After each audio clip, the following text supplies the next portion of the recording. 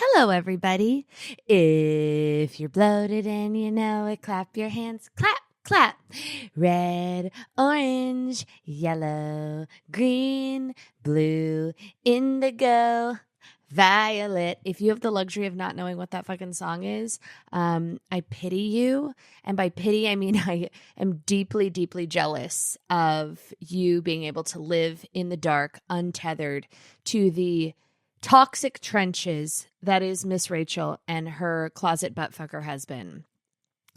I am on the tail end of my son's first birthday weekend. It is 7:05 a.m. on Monday morning.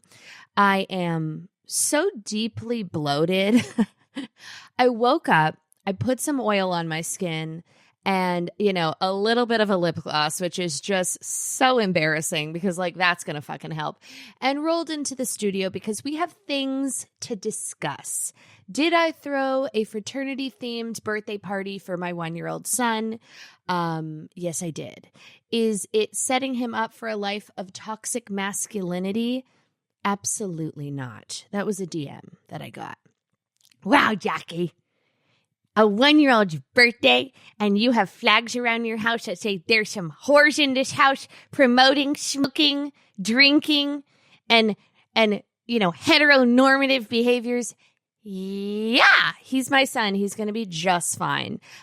If my dreams come true, he'll be tap dancing into a rainbow by age 5. So are we going to do a cheese dick frat party for his first birthday? You betcha, Iris. Now, I am so good at minutia details and so bad at overall, picture. I didn't have a birthday cake ordered until 48 hours beforehand. I'm like, oh yeah, birthdays, cake, got it. But did I have candy cigarettes with his face on it? Did I have tattoos in hopes that, some of my friends' small children, nieces, nephews would walk out of here with tramp stamps? Yeah, I sure did. It was so much fun. It was so hot. I had 87 people. That's a literal number. I had 87 people over at my house, which was actually fine. Oddly enough, I'm a very comfortable host, mostly because I outsource and don't do anything, which lends itself to being very comfortable. I just kind of glaze and let it happen.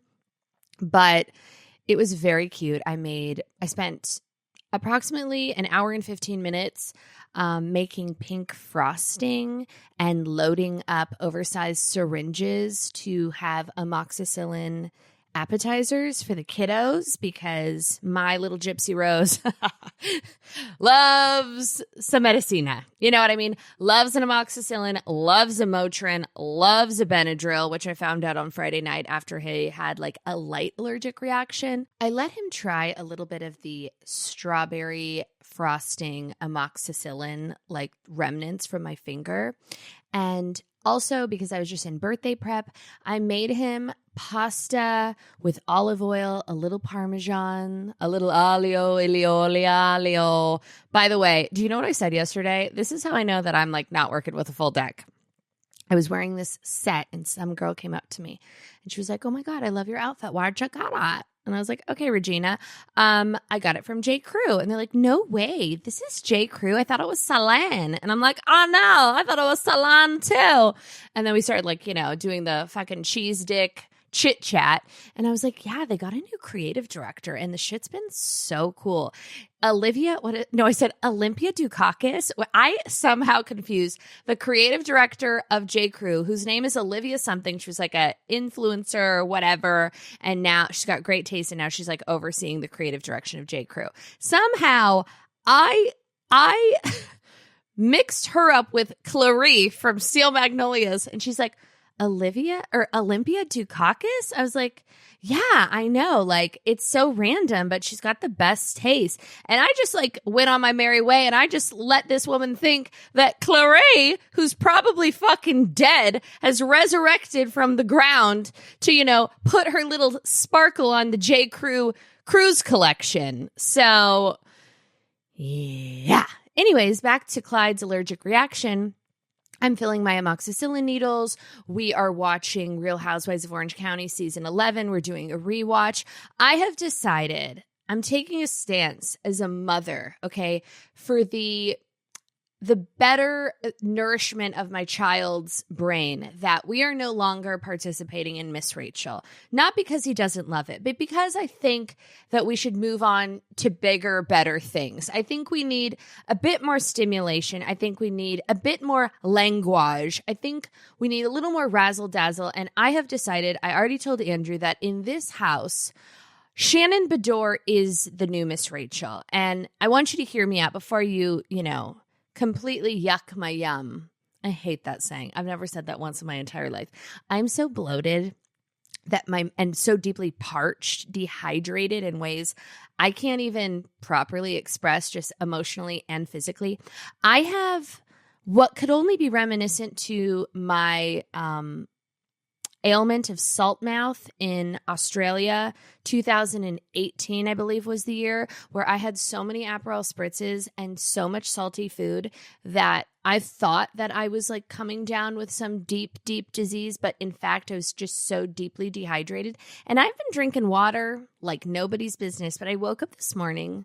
I look myself in the mirror before I slathered my lip gloss in oil, which, by the way, you can take a lot away from me, but my skin is perfect.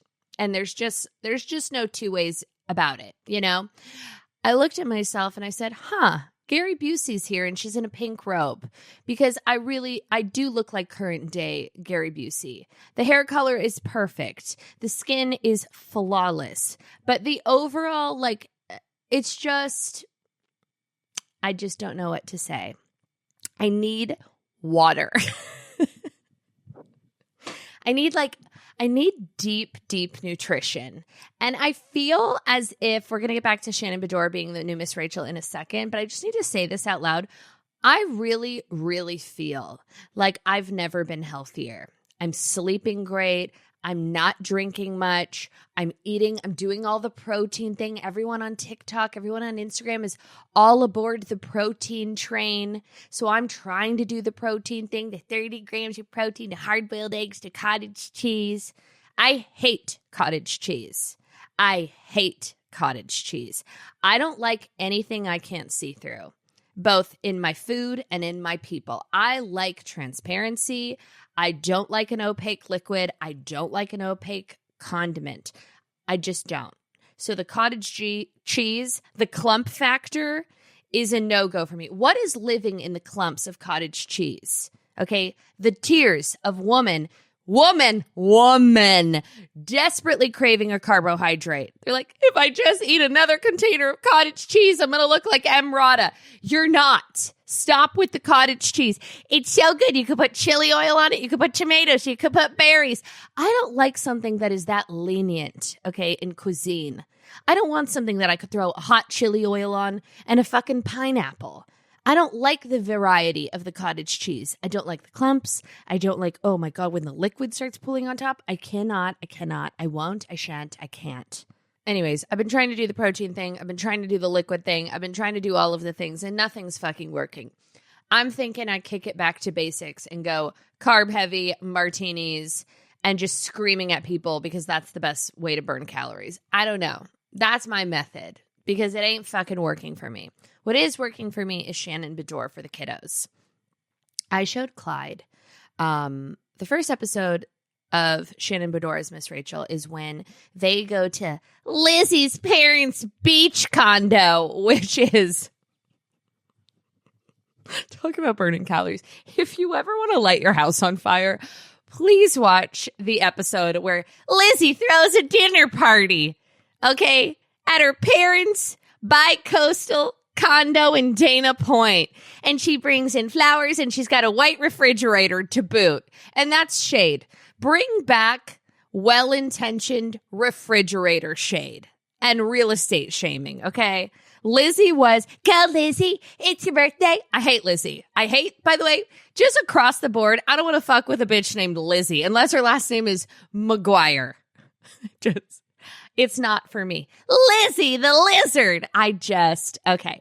So when Shannon Beador gets in a bit of a tussle with Heather Dubrow, and she walks up the tri-level staircase of Lizzie's parents' bi-coastal, unrenovated townhome on the water, gorge view, and says, "You will all see the truth. You will see the truth." And she's pointing, and she's just ready to fucking pop a vein.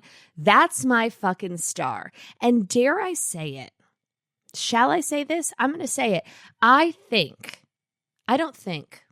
know that Shannon Beador is possibly the greatest housewife of all time, period. She has this beautiful trifecta of vulnerability, chaos, and accountability that is really lightning in a bottle. And we have not seen that in any other housewives, I don't think. She goes through continual trials and tribulations. She handles them both chaotically but gorgeously. Like she hasn't drank the Kool-Aid where she takes herself too seriously, which is very rare for a housewife. I feel like she's kind of in on the joke, but also knows where the line is and has given us such consistency as a housewife, like through it all. Season 1, marriage on the fritz, okay? Season 2, vow renewal, marriage still on the fritz, but working through it. Level up. Season 3, Shannon Beador, okay? Affair, divorce, weight fluctuation, Stella getting her groove back. Not her daughter. I mean, I meant, metaphorically. Shannon is Stella. She gets her groove back. She's dating. She's hawking a lemonade of some sorts, okay? She's dancing. She's wearing costumes. She's, who? It was you. That's Clyde's favorite thing in the entire world. I go, do Shannon Beador. Who? That was you. Who? Like we do. That's, by the way, can't crawl. But when I say Shannon Beador and I go, who? It was you. He goes, ooh, ooh, ooh. That's the only thing he can fucking do. And if that's the only thing he does for the rest of his life, I don't give 1/8 of a fuck, okay? Star power. Who? It was, this isn't my plate, you fucking bitch. Who does it better? Who does it better? Nobody. So Shannon Beador is the new Miss Rachel. Any episode that's not Shannon Beador heavy, we fucking skip. I would dare say, Kelly Dodd is a close second. The animation is wild and great for child development. So sue me. Red Rover, send Child Protective Services right on over. Who? It was you! Even though we're in the middle of summer, you still have time to hit your summer wellness goals thanks to Factor's no prep, no stress meals. Their menu is so good, and their chef-crafted meals have options like Calorie Smart, Protein Plus, Hello, and Keto. Factor's fresh, never frozen meals are dietitian approved and ready to eat in just 2 minutes, so no matter how busy you are, you're always going to have time to enjoy nutritious, great-tasting meals. Every week, you can choose from 35 meal options with more than 60 add-ons. From breakfast to dessert, you'll always find something delicious that'll help you stay fueled and feel good all day long. You can also choose from 6 menu preferences to help you manage calories, maximize protein intake, avoid meat, or simply eat well balanced. I have tried these Factor meals. They are insanely good. I have so many friends that have used them when they're on, just like a little bit of a health kick / journey. I have personally always struggled with pre-prepared meals because, let's be honest, a lot of the time the food just sucks. But Factor meals are truly restaurant quality. They feature premium ingredients like filet mignon, shrimp, blackened salmon. My favorite part is that you can keep kitchen time to a minimum. Factor meals are ready in 2 minutes. No shopping, prepping, cooking, or cleaning up.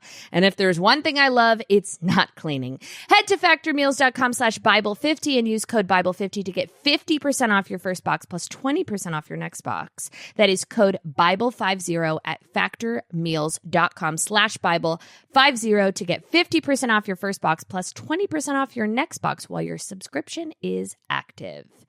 Oh my God, I totally forgot this next sponsor was a sponsor and I just paid retail for it. And that is a hand to God, true testament to the product. Little Spoon is, I'm not sure if I'm allowed to say this, the shit.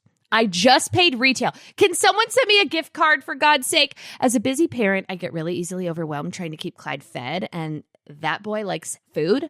He wants to eat all the time, and I just can't keep up with all of the cuisine that needs to be prepared in his honor, which is why I literally last night paid for a Little Spoon subscription out of pocket because I've used it before and it is the best. It's the only thing I would ever feed my son for pre-made meals. Little Spoon is a one-stop shop for healthy, easy mealtime and snack time for your baby, toddler, and big kid, delivered right to your door. Their goal is to make keeping your kid healthy feel like the easiest part of your day so that you can cut through all the drama of mealtime. Little Spoon starts your baby out with baby blends. That's what we started with. I mean, Clyde was having like dragon fruit acai, like the most delicious pitaya. That was his favorite from the baby blends collection. It's fresh organic baby food from single ingredients to multi-textured purees to take the stress out of starting solids. Also, they test their blends for 400 plus contaminants, including heavy metals. Then they have the puffs, which are made with 6 organic ingredients. Clyde is obsessed with the puffs, especially while teething. Like, it's all he wants to eat. They've got smoothies, snacks, lunchers. I just ordered the early finger food meals with biteables. They've got the plates. You guys, this stuff is top tier. I literally just bought it out of pocket just because I was like, I need it immediately.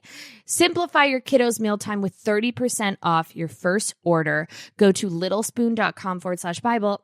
Would have been nice to know yesterday. And enter our code Bible at checkout to get 30% off your first Little Spoon order. Once again, that is littlespoon.com/Bible. Speaking of social altercations and birthday parties, I needed enough time to pass where I could talk about this and like maybe not have it be so obvious. I'm also going to like try and change some of the details just so it's not incriminating. I was at my grandmother's birthday. Okay. She turned 80. And that's a real detail because like I just can't think on the fritz. It's 7:27 a.m. Like, what am I going to fucking do? So I was at a ladies' luncheon, okay? And my grandma is just like the most elegant. She's fun. She's gorgeous. She's sophisticated. I'm not talking about Grandma Gloria, who is also all of those things, but just like a huge pain in my ass. My other grandmother is just like, she's fab. You know what I mean? And she's like, looks like she's fucking 35. She's like, glam, okay? And my great aunt, just kidding, not my grandma, my great aunt had this beautiful ladies' lunch, okay? And I do feel, as someone who's slightly unhinged but very well behaved in public, and I'd like to kind of sever ties with these original tropes that I had developed for myself like 10 years ago. I did a podcast recently and they read my bio that was written a la 2002, literally 10 years ago, that was like, your super neurotic, bitchy best friend. I'd like to go on record and say, I don't know why I thought I had to be neurotic or like crazy as a shtick. Am I a little unhinged in the privacy confines of my own home? 100%. But I'm also not a fucking animal. Like, I kind of know how to act in public. I'm not like a endangered Rottweiler. Like, I got it. I got this on lock. Like, I'm kind of like a woman in society. I'm kidding. But, okay. When you are at any type of social gathering, I feel that it is extremely emotionally entitled to bring your baggage, your bullshit, your Fabissina energy to a party. If that's the case, you need to stay the fuck home. Like I have said for years and years and years, you can't be the girl every week at a brunch trauma dumping on people. It's rude, okay? It's self-involved. It's self-gratuitous. It's self-inflammatory. And most importantly, it's fucking annoying. It's annoying. If you are going to go enter the universe, the real world, okay, you need to leave your bullshit at home. It's one thing if you're going with your best friend and you're going through something and you need to lean on each other situationally, 100%. But you can't be the bitch at a brunch trauma dumping or bringing a bad fucking vibe. You need to increase the energy and the social frequency of every room. She leaves a little bit of sparkle everywhere she fucking goes. Or stay the fuck home, deadbolt the doors, and cry on the inside like a fucking winner. It's just like, if I teach my son one thing, it's that if you're having a bad day, you do not have the luxury, okay, of going into a space and bringing a rain cloud and fucking up everybody's day. In the off chance someone's celebrating or having a great time, you don't get to walk in with a fabis and a punam, a sourpuss face, and you're not having a good day because you're tired, you have a cold, you have a sinus infection, your boyfriend dumped you. Nobody fucking cares at the end of the day. Show up, be a good vibe, or stay the fuck home and deal with your bullshit. Phone a professional. Okay. Anyways, that's just my side rant. So I'm at a relative's birthday party. Okay. And there was a person there that I have not seen in years and years and years. Met her once or twice. Okay. She kind of like knew my dead mom and it was friends of the family. We go and sit down at this beautiful lunch. Okay. There's ricotta pancakes. So I'm fucking foaming at the mouth. And I sit down to eat. And she comes up to me and she's hovering on my shoulder and there's a Chardonnay breath. It's like I can get a waft of Chardonnay from 6 miles away. I don't fuck with Chardonnay. I don't like anything buttery. It's not for me. And an 11:30 a.m. Chardonnay feels broken. I'm just going to say it. So I'm sitting about to enjoy my gorgeous ricotta pancakes. I've chucked the child. I'm ready to be like untethered and celebratory. And she crouches down. She's like, "Oh, do you remember me? My name's Olivia. I knew your mom." And I said, "Oh, hi. It's really nice to see you. Yeah. This is such a great day. I'm so excited. Like, how beautiful is this?" You know, I'm doing the light, fluffy bullshit, dick sucker talk. She immediately starts tearing up.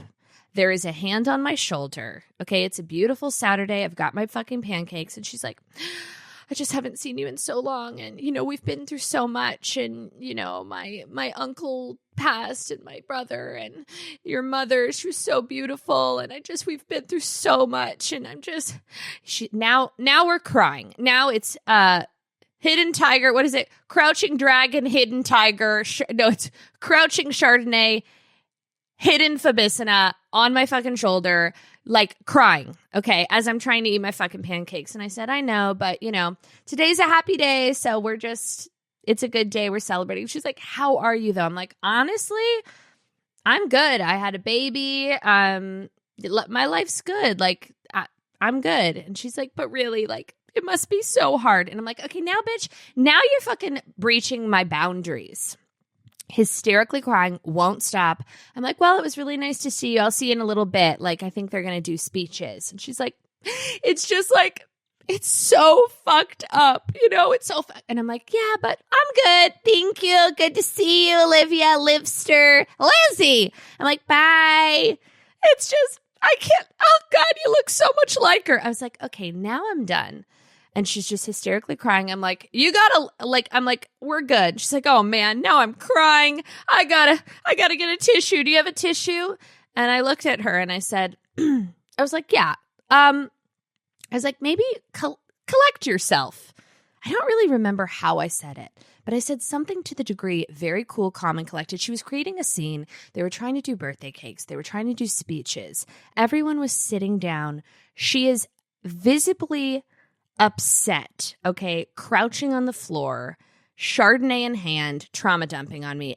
There weren't that many people there. I would say there was maybe 30 people there. Now you're creating a vibe and a weird one. So I very coolly, calmly, and collectedly say to her, "Collect yourself. Like, maybe we just like collect ourselves." And I was kind of doing it as like a solid to her. Like, you're being kookadoodle-doo. Like, maybe go into the bathroom and like give yourself a little dab, dab, dab, a little spritz, spritz, spritz, okay? A little splash of cold water on the fascia and sit the fuck down and have some pancakes. You're being annoying. And she looked at me and she said, "Collect myself? You don't even fucking know me." And then gets up, starts talking to her table. This fucking bitch. She doesn't even know me. Don't tell me to collect myself. I'm allowed to have my feelings. Something like that. Now, old Jackie probably would have stood up and been like, are you fucking kidding me? Get the fuck out of here. I would have just levitated. But what did I do? Like a laddie at a luncheon, I pivoted my head towards my plate. I took a bite of my ricotta pancakes. I did not say a fucking word. I fully glazed and thought, we're not participating in crazy today. Today we choose calm, harnessed energy for the sake of my great aunt grandmother. We're not doing this today. She gets up. She grabs her crossbody bag. She storms out of the room, left the birthday party, and never came back because I told her in kind of a jestful way, collect yourself. Collect myself. And now it's like kind of my new favorite saying. Collect yourself. I totally forgot to land the plane about Clyde's allergic reaction. So on Friday, I gave him a little bite of the strawberry amoxicillin frosting and then made him literally the most plain dinner. I said to him moments before, I said, sorry, bud, this is like the plainest prison-like dinner you've ever had, which was just like noodles and cheese and salt and olive oil. Because I don't want him to be a picky eater. I know eventually he'll only want mac and cheese, but for the time being, I'm like, tonight we'll be having a sweet potato tahini garam masala, wilted kale. Like, I get really weird because I don't want him to be a little bitch ass, like a little fucking overprivileged white boy who's like, Mom, I want mac and cheese and french fries. Like, get the fuck out of here. I want some form of a palate. That means palate. So I gave him the frosting. I'm doing my thing in the kitchen. All of a sudden, I look at him watching The Real Housewives of Orange County. Wasn't it you that was cheating on your husband? Who? It was you. And his face is totally splotchy red. His hands are kind of red. His eyes are a little bit red. He's fine. Like, his disposition was sunny and happy, but he looked like he was having an allergic reaction. So I start looking around the house for Benadryl. Of course, can't find it. Have everything under the Tuscan sun known to me, like any type of medicine he would ever need. The only thing I could not find was fucking Benadryl. Luckily, my housekeeper was here and I was like, Rosa, like, do you know infant CPR? Dial 911 if shit gets worse. I got to go get fucking Benadryl. I call my neighbor Stacy. She doesn't have Benadryl. I get in the car. I'm running yellows. I put on my heinous Herman Munster Celine slippers, which caused me to chaotically fall in the middle of a CVS, tripping over myself, running through CVS, okay, like a hyena. Like, I'm having an emergency. My son's having an allergic reaction. I need Benadryl. So scared out of my mind, shaking, driving like a fucking psychopath. Okay, was able to acquire said children's Benadryl and come home within 8 minutes because that's how frantic I was. And you gotta love suburbia, I get home. He was fine. And Rosa had called me while I was there. She's like, I don't know, like his eyes are still a little bit red, but I wiped his face and it all cleared up. Then I'm like, is it a food dye thing? I don't know. But I was so fucking paranoid. And in that moment, I was like, oh my God, I really love this kid. Because like the first 6 months, full cosplay. I was like, I don't want to get too attached. I don't want to get too tethered to anything. I like to live fuckless and free. But now I am I am so in love with him. If you're thinking of having kids, don't, but just know that there will be a time where you are manically and disgustingly obsessed with them. And I am biased, but I do think he's insanely cute. And they're not all cute. And I know my next one's probably going to be a bit of a dud, but this one, love of my life. Cannot deal. Risk my perfect blow dries to get in the bath with him because I just want to hold him. I want to eat his little fucking arms. I want to throw him into a wall. Obviously, if you're a little bit fucking stupid and you don't get that that's a joke, that's a you thing and you got tickled as a kid by a weird uncle. Okay. And now you're projecting that onto me and my happy home life. So it says nothing about me and everything about you, just in case you were fucking wondering. Obsessed with him. When I look at him sleeping, I want to body slam him. Anyways, speaking of children, the good old state of Illinois. I'm also wearing a hat that says Miller Lite because this is where we're at. I wear this all day Saturday. The state of Illinois is trying to pass a law that mandates influencers that feature their children in over 30% of their content to give a portion of the profits to the kids. I totally fucking agree. There is something, dare I say, disgusting about influencers incorporating their children against their will all the time. Once in a while, you throw a kid in to, sell a fucking supplement. Who cares? Okay. Earn your keep. Earn the roof over your head. The second Clyde turns 2, he's getting a full cleaning kit. He's getting a Dyson vacuum and a toothbrush and a sponge and a bottle of Windex, and that fucker is going to work. I want my kid to be the kid at a luxury hotel. I will remind him every single day that he's only there because it is easier for us to take him than, pay for childcare and keep him home. And, I do like to snuggle, and I want to have the breakfast in the beds with my bitch. But I want him to be very, very, very understanding that the highlight of my year as a child was going to any hotel in California that had a club level where my parents would shove us all in a room on a different floor overlooking a parking lot and then make us exclusively dine at said club level because it was a real bang for the buck. So my parents were just on their own vacation, and me and my sister and usually one set of cousins were just quarantined to a 50 square foot room that was the equivalent of, a maid's closet, and fending for ourselves, eating exclusively at this free club level. My mom's like, there's bar snacks, there's some pre-sliced cheese and lemonade. That's your breakfast, lunch, and dinner. Don't bother us. We're going to be at a Ruth's Chris Steakhouse in Rancho Mirage. Don't die, don't get kidnapped. So that was my form of, luxury travel back in the day. So now that, Andrew and I like to go, and we're going to bring the little fatso and Jackie, it's with love. I don't want to say his real nicknames on here because I just don't want to open the floodgates. Piggy Starfish. It's too insular. It's too self-indulgent. We won't do it. But, I worry that he's going to get too accustomed to things that he does not fucking deserve. When we take him to a hotel, I want him working like a goddamn cabana boy. Okay, I'm going to get up. Is there toast? I want him to have a little mini bottle of Evian and some glasses cleaner. And I want him to go, lounge chair to other hotel patrons and ask them if they'd like a cool mist of Evian in their face and for him to clean their sunglasses. That's what I'm looking for. And could I get you a glass of water? I want to put this bitch to work. Just A, for an activity, and B, for a little bit of, appreciation. So I really do get the idea of earning your keep, but there is something... There's something very, very toxic and very, very detached from the real world when you're setting up a tripod on a family vacation and getting your kids to skip with you through a field for content to I don't know. I think I like it. It's performative and it's awkward.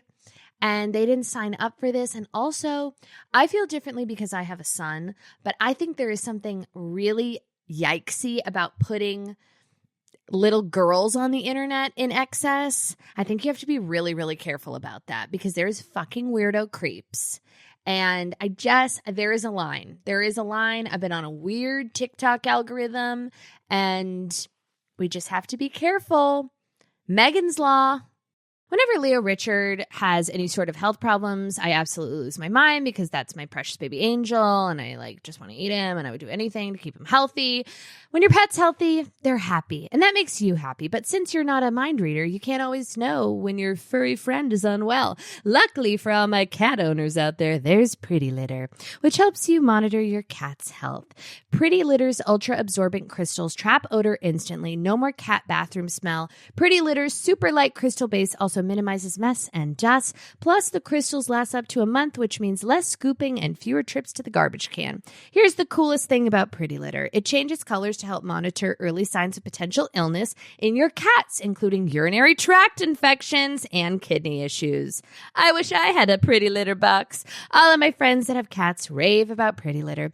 They say it smells great and that it gives them so much peace of mind. And Pretty Litter ships free right to your door in a small, lightweight bag. You'll never run out of it, and you don't have a huge container of litter taking up space and stinking up your place.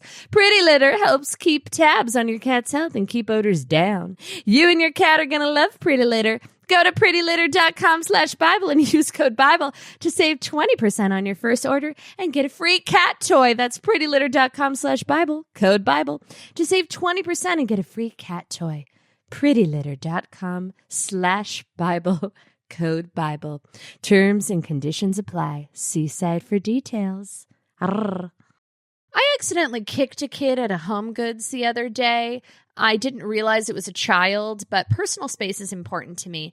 And I have found that at a Home Goods or a TJ Maxx or one of those types of stores, the lines are insane. Okay, they wrap around like 15 times over. And everyone is really chomping at the bit to get to the next register to buy their off-brand Stanley Cups and, kitchen towels and toxic citronella candles. I was waiting to get just like some backup kitsch cocktail napkins for Clyde's birthday party and like beer pong inflatables, stuff like that. Some extra coolers, whatever. Throw blankets for the lawn. And I could feel someone breathing on me. Not with Chardonnay breath, worse, with like Capri Sun breath. And I could feel the cart on my fucking heels. So I've done this thing in the past where I used to just cough so people would get away from me. The coughing doesn't have the same effect as it used to a la 2020. So I have this trademark move. It's a bit of a flamingo leg bend, and you kind of just whip your leg around like you're stretching.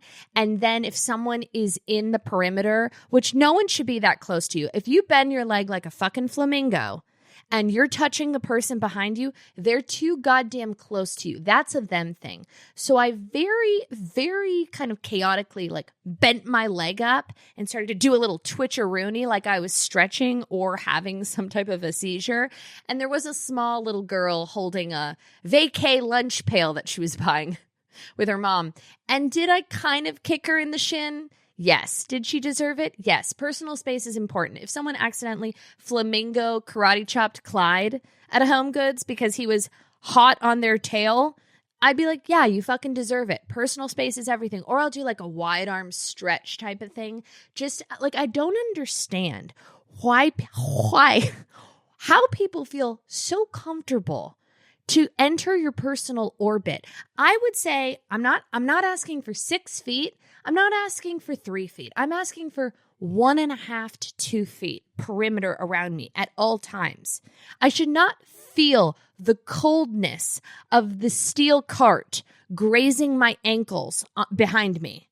That's too fucking close. Like, you're going to need to simmer down, Cindy. You're going to get all of your fucking candles. You're going to get all of your little knickknacks in a timely fashion. You grazing the backs of my heels is not going to make this line move faster. Keep your kids on a goddamn leash. I literally look like Joe Dirt. My friend said to me at Clyde's birthday party, I was wearing like a Budweiser shirt, but it was so hot. I needed to like air out my pits. So we cut it into like kind of a butchy tank top. And I was like posing with my son, like trying to be cute. And my friend Damon looks at me and he goes, "You look like JoJo Siwa." And then all throughout the day was like, "Karma's a bitch." And I'm like, you know what? You're a fucking bitch. Because I did look like JoJo Siwa. I looked at myself in the mirror. I'm like, nope, Gary Busey, she is not. Today we are full JoJo Siwa. Like, give me a crystal for the face and like a weird braid, like a braid hawk. And I was JoJo Siwa. And I'm not looking great today. I'm going to take this hat off because we have some serious business to discuss. A couple weeks ago, when I was discussing the Olivia Culpo Pick Me, Vogue, Weddings, whatever debacle, and reigniting a feud from 2016, Lala Kent went on her podcast and talked about it and called me. I didn't hear the whole conversation, but she did call me a vlogger, which is disrespectful. I have been podcasting for 10 years. I didn't have a laptop till 2021. I started doing video podcasts 4 months ago, and they're all fucking blurry because I can't figure out how to autofocus despite resetting this up 16 fucking times. So to call me a vlogger is almost a compliment because you're not going to find a fucking skincare tutorial. I've never done an Amazon live. I don't have an Amazon storefront.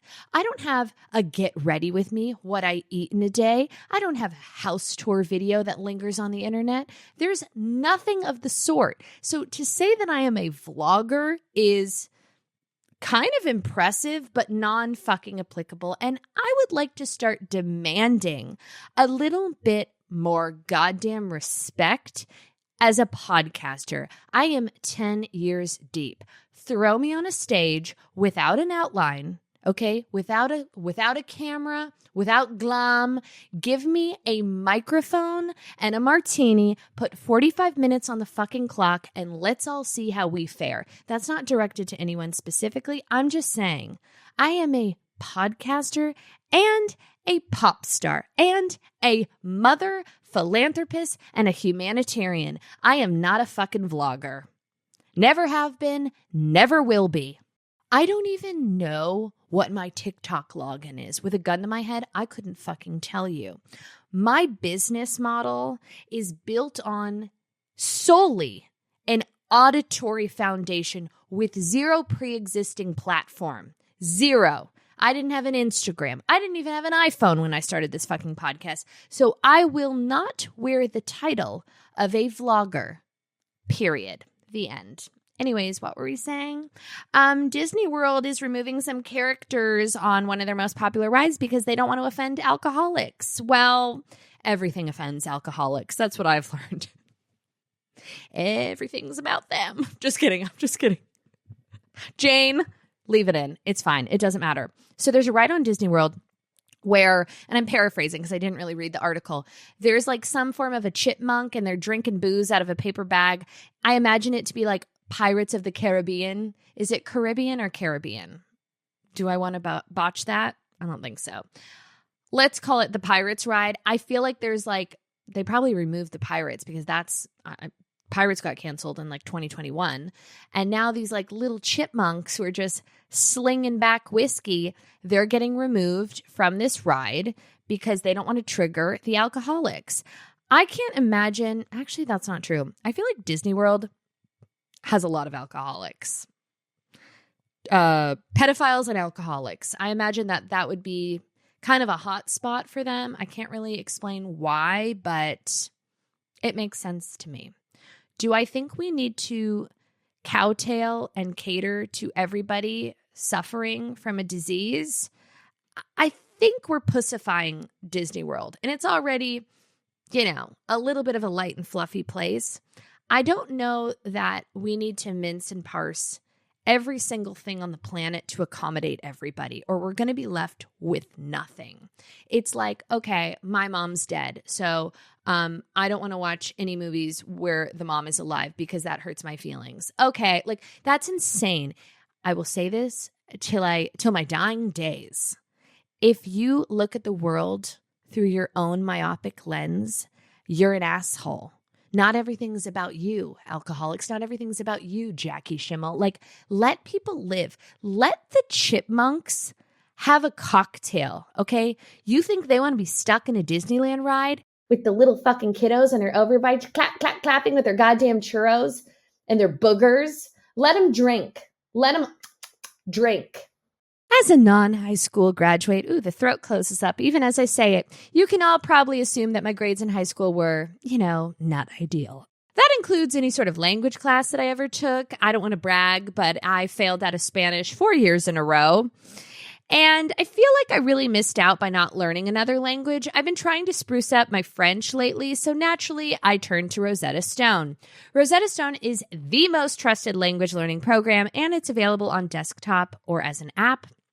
They have been the trusted expert for 30 years with millions of users. They offer 25 languages. They've got Spanish, French, Italian, German, Korean, Chinese, Japanese, Dutch, Arabic, Polish, basically anything you want, they've got. They also immerse you in so many ways. There are no English translations, so you really learn to speak, listen, and think in that language. They have a truly intuitive process. So you pick up a language naturally, first with words, then phrases, then sentences, so you retain the language long term.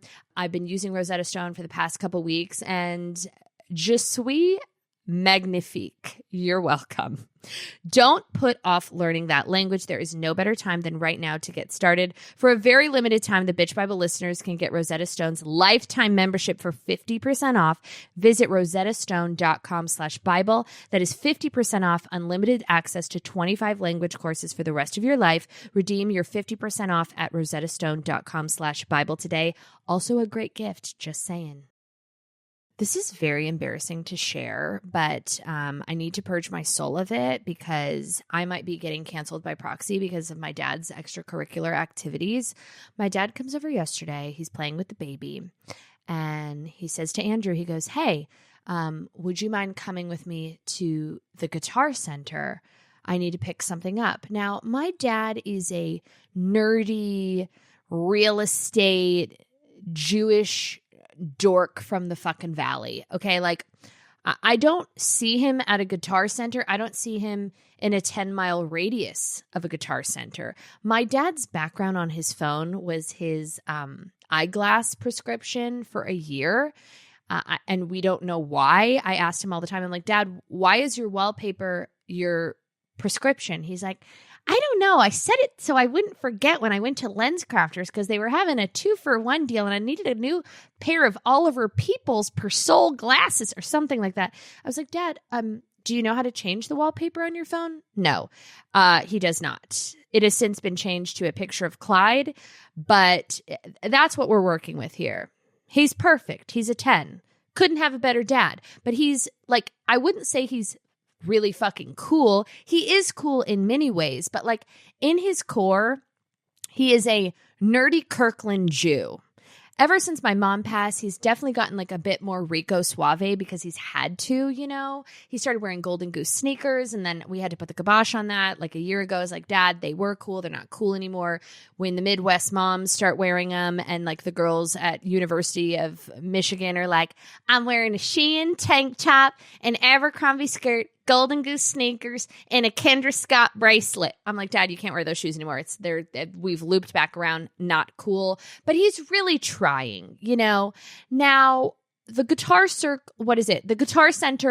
asked, you know, it was cause for pause, but I kind of just went about my day. He comes back to my house and he's like, "Oh, the Guitar Center was closed." And I said, "Dad, why do you need to go to Guitar Center?" I just kind of glazed and thought, oh, he's going to buy Clyde like a little guitar for his birthday. No. My dad says, last weekend, he lives down on the beach, Marina Del Rey. And he says, "Last weekend, I took my golf cart out," which he put rims on, which is a whole other thing. And he's got speakers and he likes to, you know, blast Steely Dan and like go for little joy rides around the fucking beach, which is cute. He says, "Last weekend I was cruising through Venice and I saw they were doing a drum circle at sunset and I parked and I just, you know, I thought it was really fucking cool. I took a video." He shows me the video.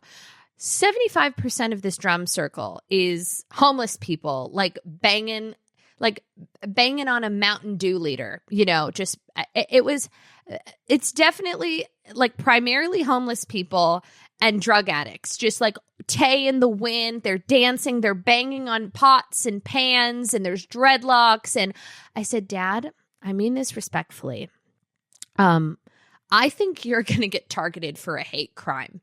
Like, are you planning on doing these people's taxes? Like, you do not belong in this bohemian Venice beach, like, you know, smoking a doobie, howling at the sunset. Like, there was like 100 people, okay? And they're wearing like burlap loincloths. And, you know, having the cool vibes, just like just rocking out with their cock out. There's like one guy in the middle of the circle who's like clearly on some form of a psychedelic, like bong in tow and a rain stick, just kind of like waving his arms around, summoning something on ayahuasca. And then there's my dad in like a board short and like a fucking...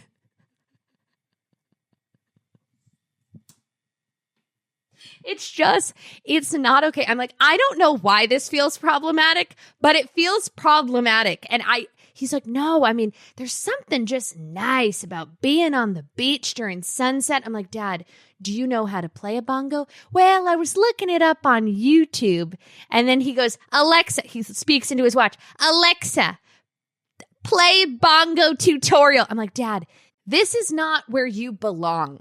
You belong in a Costco, like loading up on Crest toothpaste and like socks. Like these are not your people. They're going to annihilate you. And I hope they do, because he deserves to be bullied. He is so serious. I was like, Dad, are you having not a quarter life? Are you having like a late midlife crisis? Because we don't go enjoy the music, bob around, do you, girly. But I don't think you should actively participate in this drum circle. One of these things does not belong, and it's you. And I don't mean that to discredit the bongo community.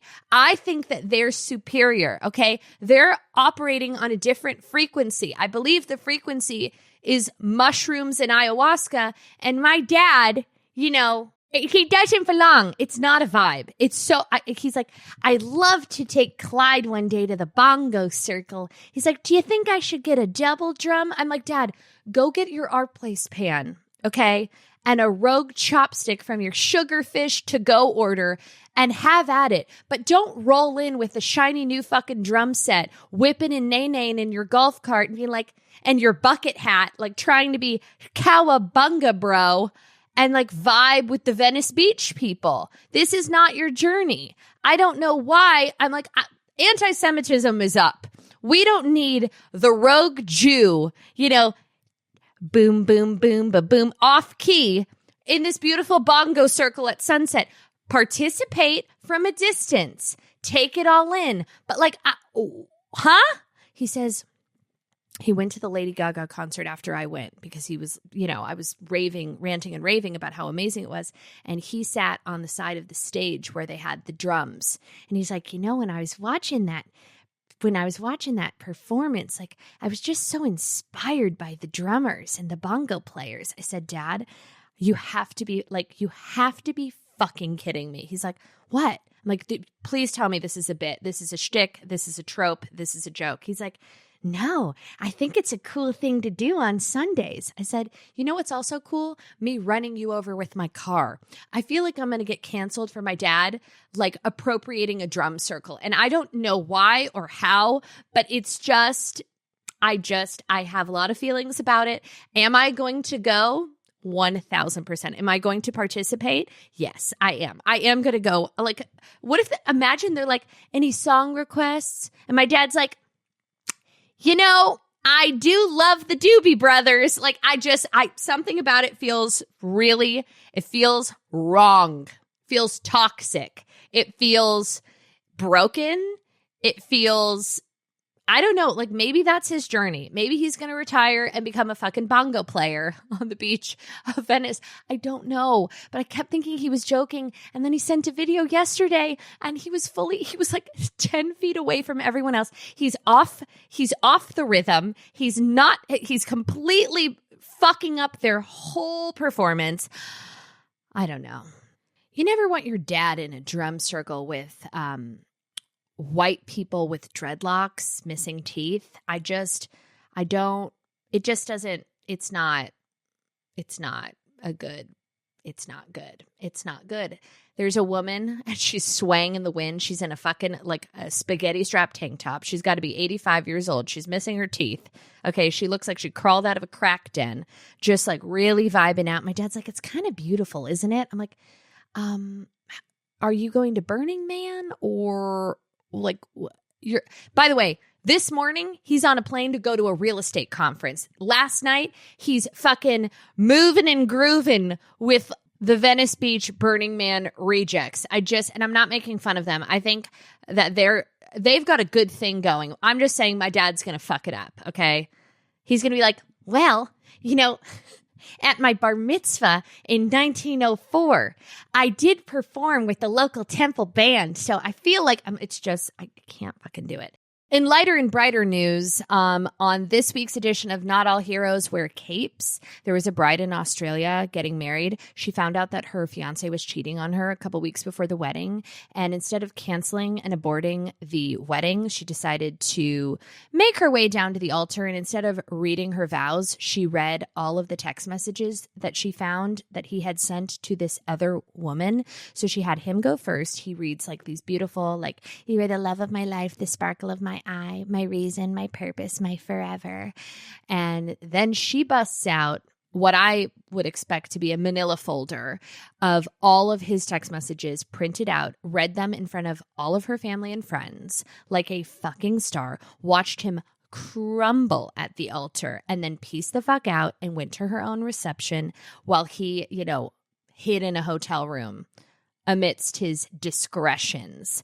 And we need to bring back public shaming. I've said it a million times. This is a star, okay?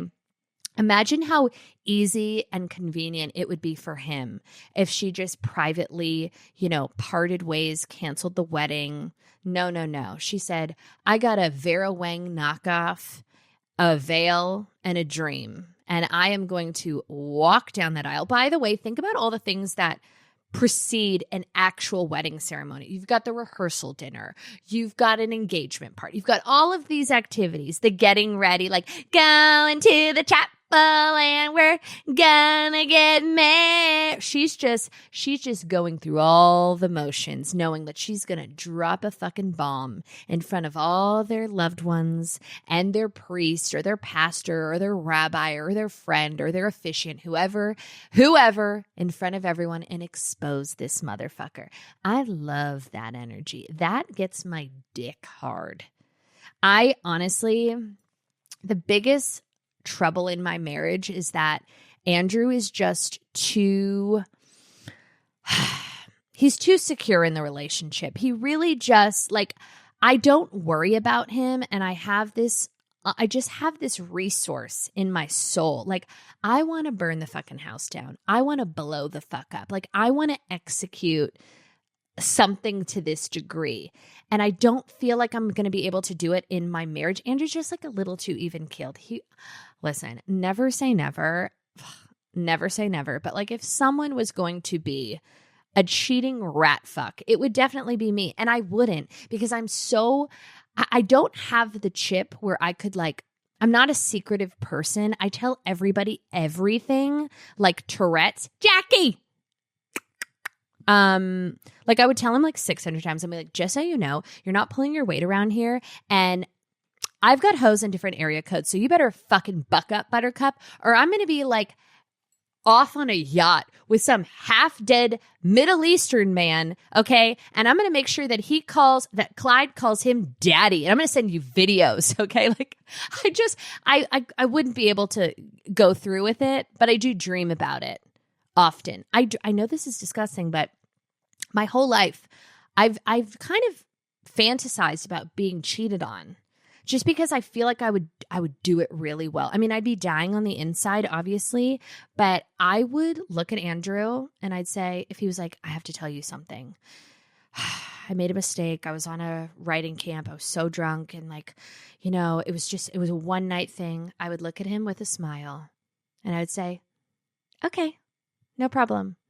And then I would go into the room. I would call my lawyer, Fran. I would get a U-Haul, have all of his things packed. I would give him one night where I just pretended like everything was fine. And then I would never speak to him again. He would never see my face again, ever. And I want to execute something like that because I'm really capable of it. I have really strong detachment skills. And I think I would thrive in that situation. And I would love to be someone that could walk down the aisle, just perfectly poised, look at him across in front of all of our people and just be like, August 3rd, 2017. Hey, babe, my cunt wife's coming home tomorrow, so I'm not going to be able to FaceTime, but thinking of you. Like, I would, the tingles, and to be a guest at that wedding, oh my God. Oh my God. I hope that everyone bought her. I hope she kept all of her gifts. I hope she returned them all to like a Bloomingdale's or whatever. I hope she bought herself a really expensive purse. Okay. And I hope she went on that fucking honeymoon solo and just is now living her best untethered life. Like, I'm rooting for her. And on that note, I have to go tend to my child and show him Shannon Beador in Ireland ordering double shots of Patron. Thank you so much for listening. Give us 5 stars on iTunes. Give us 5 stars on Spotify. Follow me at Jackie Schimmel or just fucking don't. Have a great week, everybody. Talk to you next week. Goodbye. Thank you.